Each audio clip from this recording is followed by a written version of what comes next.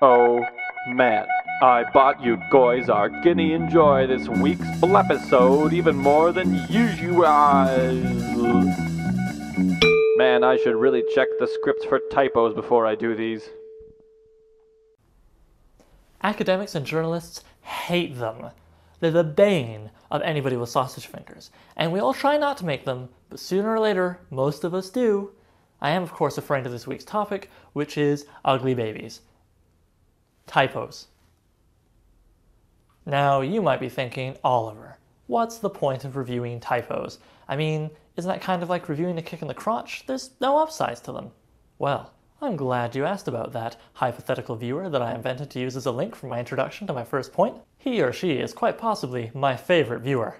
First off, they, along with their cousins, errata and mistranslations, are often a great source of humor. There's piles of great websites that get plenty of mileage out of that on a regular basis. I mean, it doesn't even have to be the wrong letter or a misplaced letter. Sometimes a humble space can make all the difference. But my personal favorite came from a piece of Bible errata that came with an edition of the King James that was printed in 1631. It was perfectly fine, except that one of the 10 Commandments was missing a very important not. It took a whole year before the appropriate authorities noticed, and they reacted by, of course, destroying the vast majority of the Bibles. They left about 11 to survive until today, with 4 of them being owned by libraries and museums, and the other 7, well, I'm not sure who owns those exactly. Anyways, as fun as the typo is, my favorite thing is actually the name that was given to this Bible. The Wicked Bible! Which, from the way I said it you can probably tell, sounds to me like some sort of Bible that was rejiggered to appeal to early 90s skater kids. Another upside of typos is that they can help you get a sweet deal on eBay. Here's the scenario. Say you've got a highly valuable misprinted Bible and you want to put it up on auction, but you make a little typo, you call it the Wicked Bible. Well, it doesn't come up nearly as high on people's searches, and as a result doesn't get as many bids as if it had been spelled correctly. But there are eBay shoppers who'll be all over that like white on rice, who are on eBay intentionally punching in typos so as to find things that have, less people bidding and lower prices. In fact, the next time you're on eBay, why don't you try searching for limited edition Transformers or a solid gold Vibrator to reap the rewards of other people's typos. I wouldn't recommend doing the same thing with your web browser though, on account of typo squatters. These are the people who buy domain names like goggle.com or bossbuy.com and then put up their own websites flooded with ads, pop-ups, spyware, and often pornography. Whether or not that last item makes up for the first 3 is something I'll have to let you be the judge of. Of course, typos can cost you in other ways too.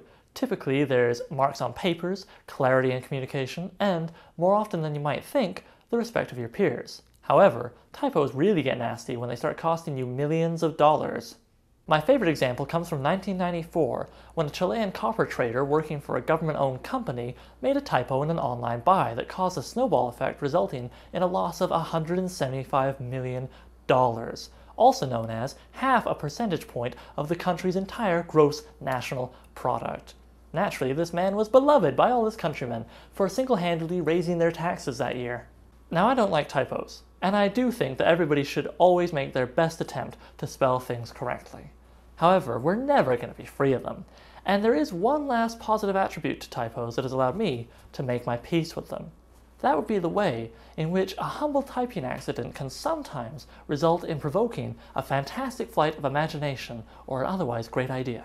Ladies and gentlemen, I present to you the humble results of an email I sent to a friend of mine. Gentlemeant.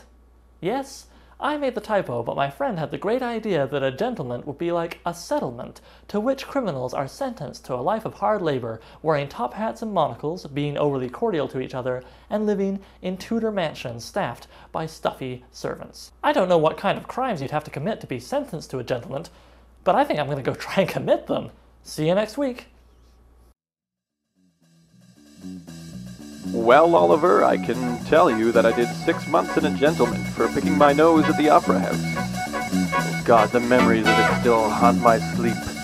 So many doilies.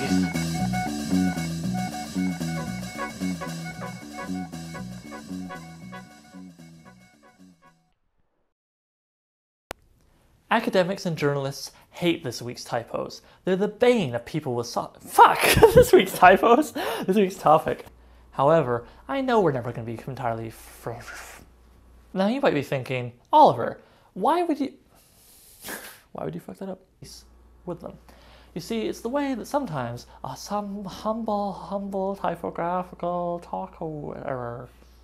Taco Tuesday.